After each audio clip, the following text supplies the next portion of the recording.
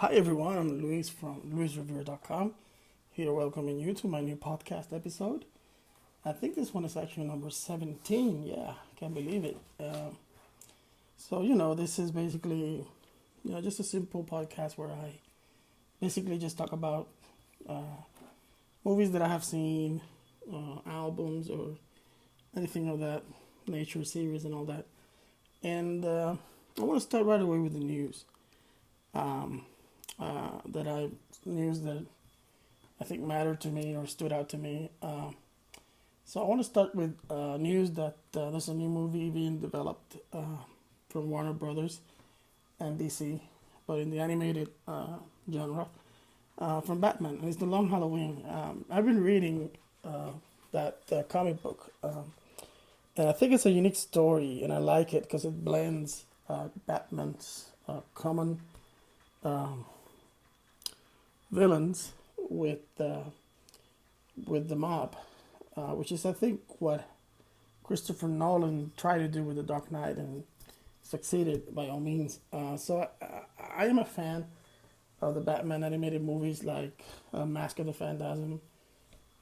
I think I like the Killing Joke. I like that one a lot, which is basically the story somehow of the Joker. So I'm really looking forward to this movie. When I read it, it caught my eye because I am enjoying the story of the comic book, and I love to see how they bring it to animated movie. I think it's a good story so far, at least as far as I have read. I think it's gonna be a good story. In other news, it's been told that finally there's gonna be a Thundercats movie uh, being directed by the director of Godzilla vs. Kong. Now, I did not like Godzilla vs. Kong that much, but we're going to get to that later. But he's going to direct uh, a new movie which he says will combine CGI with traditional animation. So I don't know exactly what he's talking about, but I'm looking forward to seeing this movie finally. There's been a lot of years where this has been rumored that there will be a Thundercats film. So to finally see it, whether it's animation, whether it's live action with CGI, I don't know, but I can't wait to see this because I'm a huge fan of the original cartoon. I had all the toys. I even had the Sword of Omens. I'm a huge fan of the Thundercats, and I cannot wait to see it. Hopefully, it's not a rumor and something that's been confirmed. It appears so. So we're gonna be seeing it someday soon, and I can't wait to see that. In other news, if you're a fan of the Friends, like I am, when this show came in the '90s, it was such a revolutionary show.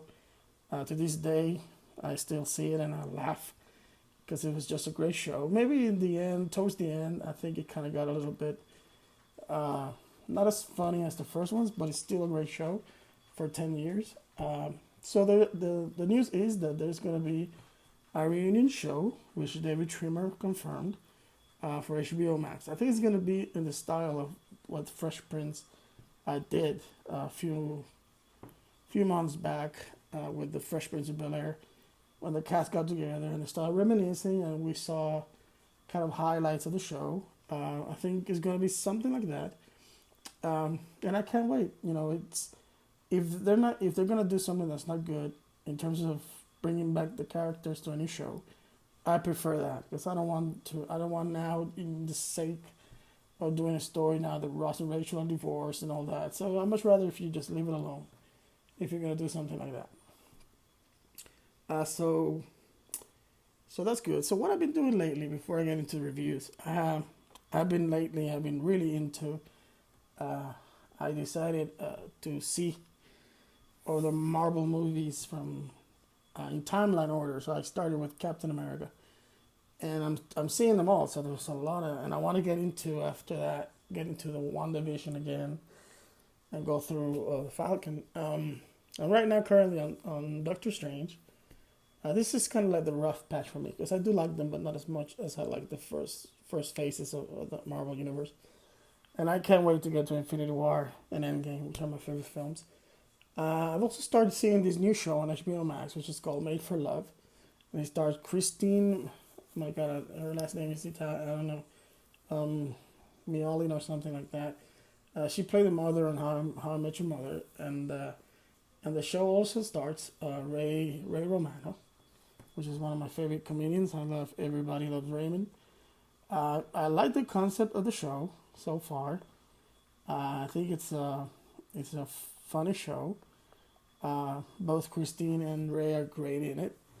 So I am enjoying that. And if you have HBO Max, it's short. I think it lasts only like half an hour, so it really is not a long thing. I think you can enjoy it. I mean, so far I'm enjoying it. New episodes will drop on Thursday, so right now they dropped three shows for their opening kind of for the first time they just dropped 3 episodes, and I have fun with it. I really love the concept of it. Um, uh, Christine Milioti, sorry about that. She's the star of the film of the show.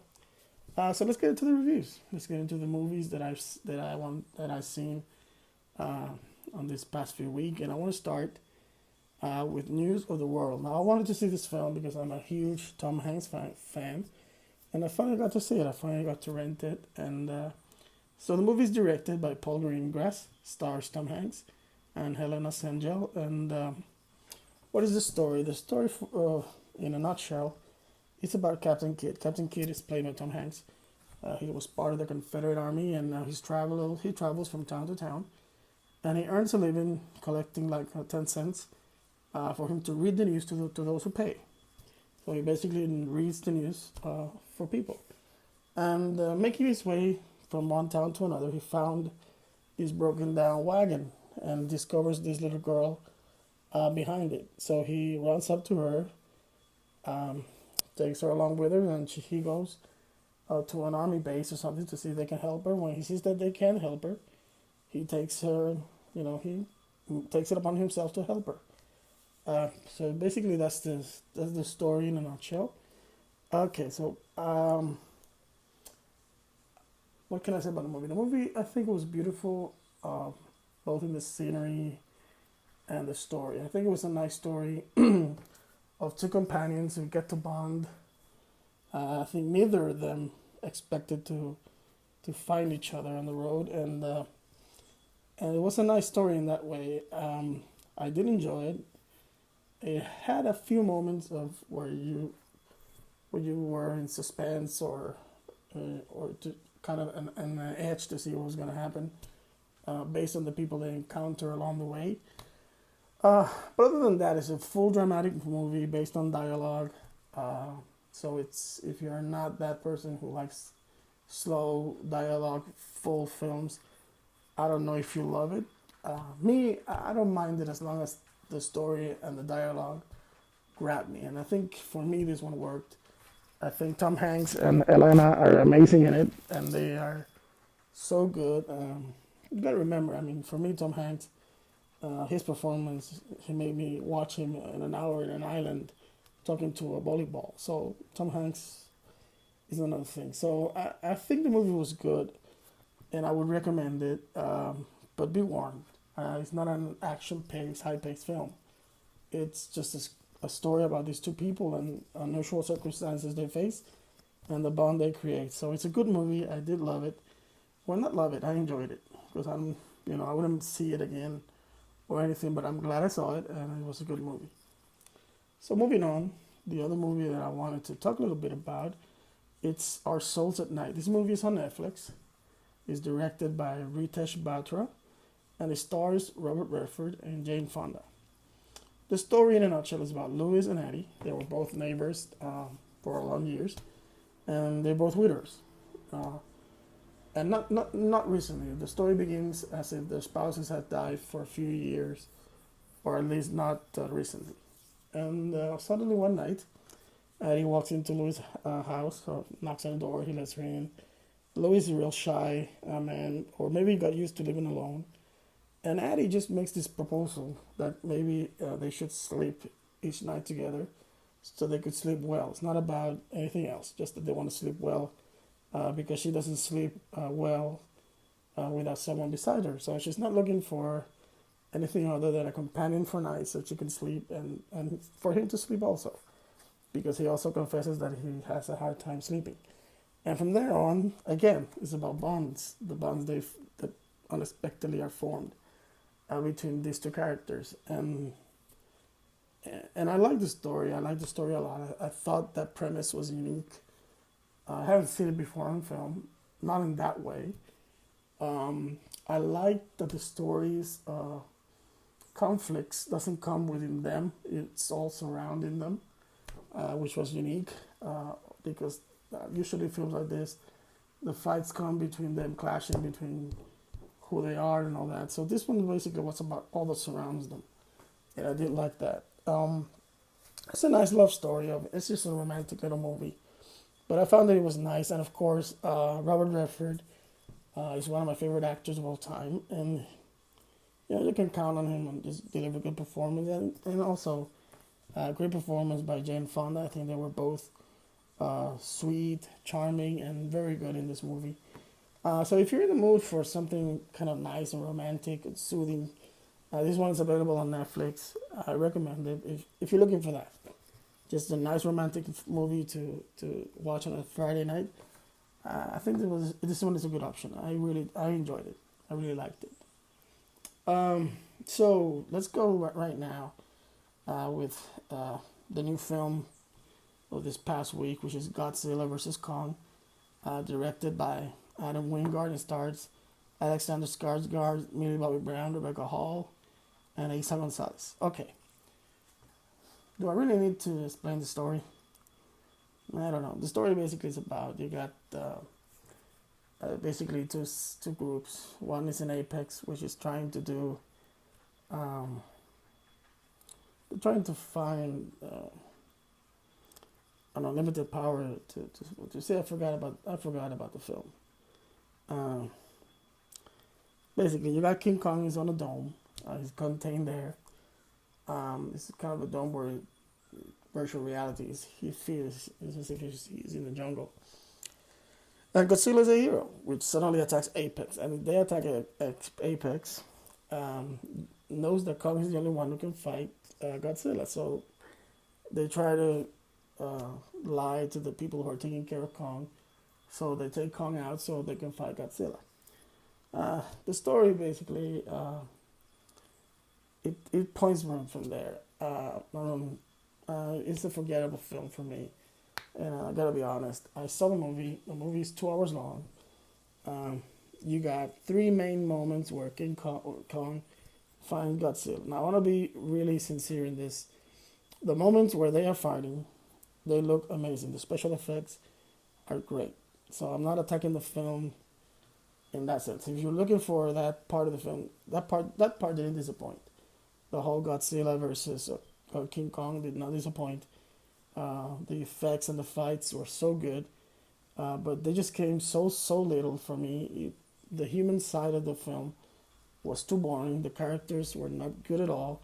I don't think the actors were in it at all. And it's a 2 hour film where you get the fighting in three scenes. I was really bored.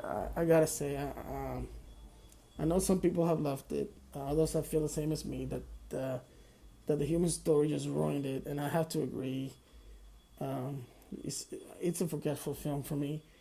Um, I don't know what else to say. I think the movie. I don't know. I don't know how could they have made it work. But for when you get two characters, two iconic characters together, you gotta have a story that works at least. Um, but I don't think this one worked at all. Uh, so I did see it, but I forced myself to the end because I was really bored. The in between when they're fighting this island where there's a source that only Kong knows where it is. That stretch of the movie was just so long and boring.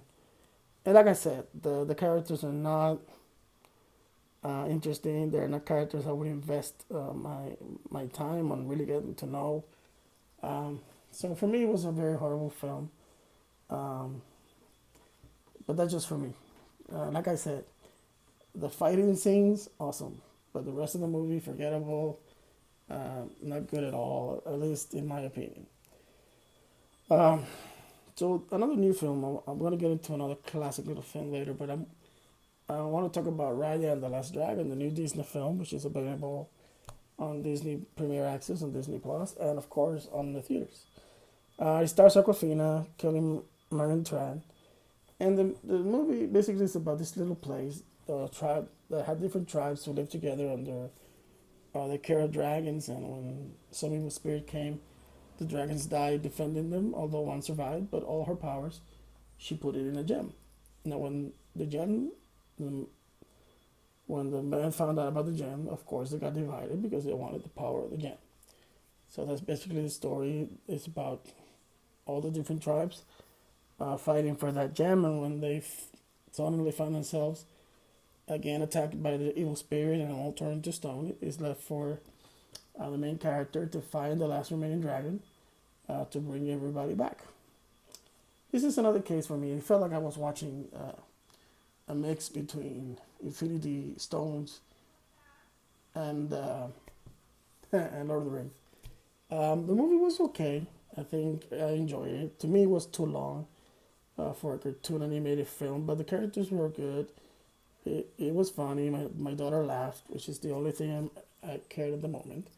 But it's a nice movie. I think maybe it was just too long, but it had action. It had little lovable characters, usually as part of Disney movies, so that was okay.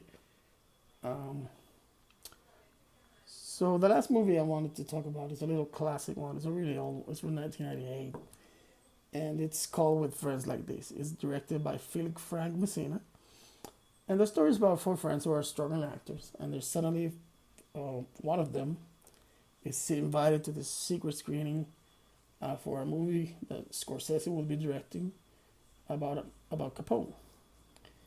Now, the funny side is that this is four friends, right? And when one of them uh, tells his secret to the other one, they all keep finding out somehow, some way, and they all go behind their backs to get into the audition, and each one trying to practice with each other how they're going to do the role or whatever. Um, it's, it's a simple movie. It's not a masterpiece by no means, but I don't know why I've always enjoyed it. I think it's funny. It has its charms, the family aspects of the characters. Laura San Giacomo is a great actress. I love her. David Strathairn is on the film. Adam Arkin. It's a movie I actually saw on vacation on a cruise, and I don't know why I've always liked it. It made me laugh, but at the same time, it had heart for me. So anyway, it's just a nice little classic recommendation with friends like these. It's not available on any streaming free, so you would have to rent it or buy it. But if you have the chance to see it, I think it's a nice little film. So basically, those are the films that I've seen. I think this week, I saw Chaplin, which is a classic Robert Downey Jr. film. And if you're a fan of Iron Man and you haven't seen Chaplin, I believe you have to see Chaplin. Definitely, you have to go and see Chaplin. It's one of his finest performances, in my opinion. It was a tough year in the Oscars for when he was nominated, but he was really good in it. I mean, he was really amazing in it. So yeah, basically those are the films that I've seen this week. Let's see what new movies this week brings, right? Hopefully I'll be able to see a few new movies. But anyway, now I usually end my podcast episodes with a spotlight section where I just pick something and just talk about it. And for today, I'm going to pick a film. I actually saw it yesterday, and I don't know if I mean, when I was growing up, um, videos were really big. I mean, not Redbox, video clubs. And it was great because there you could discover films that, at least in Puerto Rico, they didn't put everything on the theaters. So you could discover films, what they call cult classics, and once in a while you found some that are really cheesy, but good. There are some that really struck a chord and maybe impacted me a lot. There was a movie called Dolls. That movie it had cheesy special effects, but it just, to this day I still see it. and it gets chills. Of course, Killer Crowns from Outer Space. That's a cult classic. And this one is called Class of 1984. Is directed by Mark Lester, who directed Commando with Schwarzenegger. And it stars Perry King, Timothy Van Patten, and a very young Michael J. Fox before Family Ties, and Roddy McDowell of Planet of the Apes fame. So that basically is the cast, and the story is about this school, who basically is run by this gang of students who are really mean. The teachers are scared of them. They do whatever they please, and when the new teacher arrives, he takes a stand against them. And it's a really violent film. And at the time, I mean, when you see it now, it's tame, but at that time, I think it was painting a sad picture, and it was really shocking, at least for me. I think the story was really good. Like I said, the movie is shocking.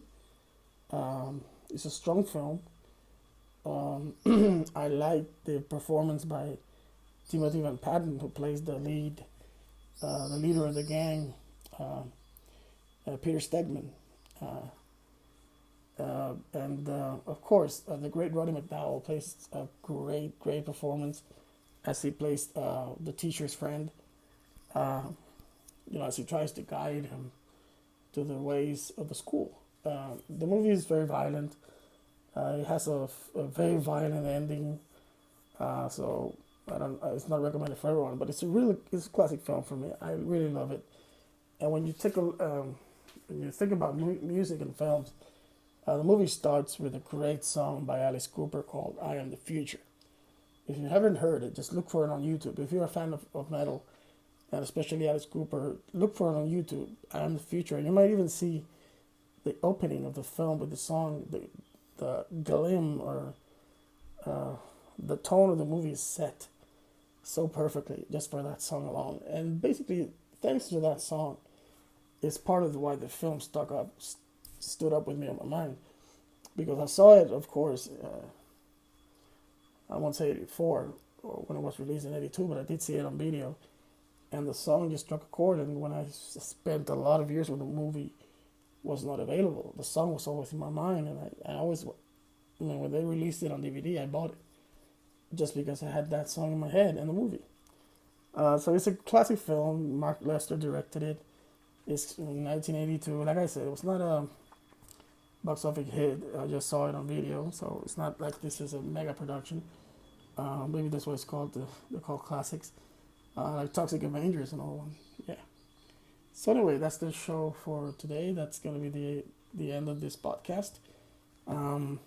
Hopefully, I'll have more films to talk about next week, and I think the Winter Soldier is still a few episodes away. Well, thanks for listening. Hope you're doing well, and remember, go to my Facebook page, go to my website, and on Facebook you can leave comments, your opinions, because this is the idea. Just share what we think, respectfully, please. We all have our opinions and our likes, and that's okay. So anyway, take care. See you on the next one.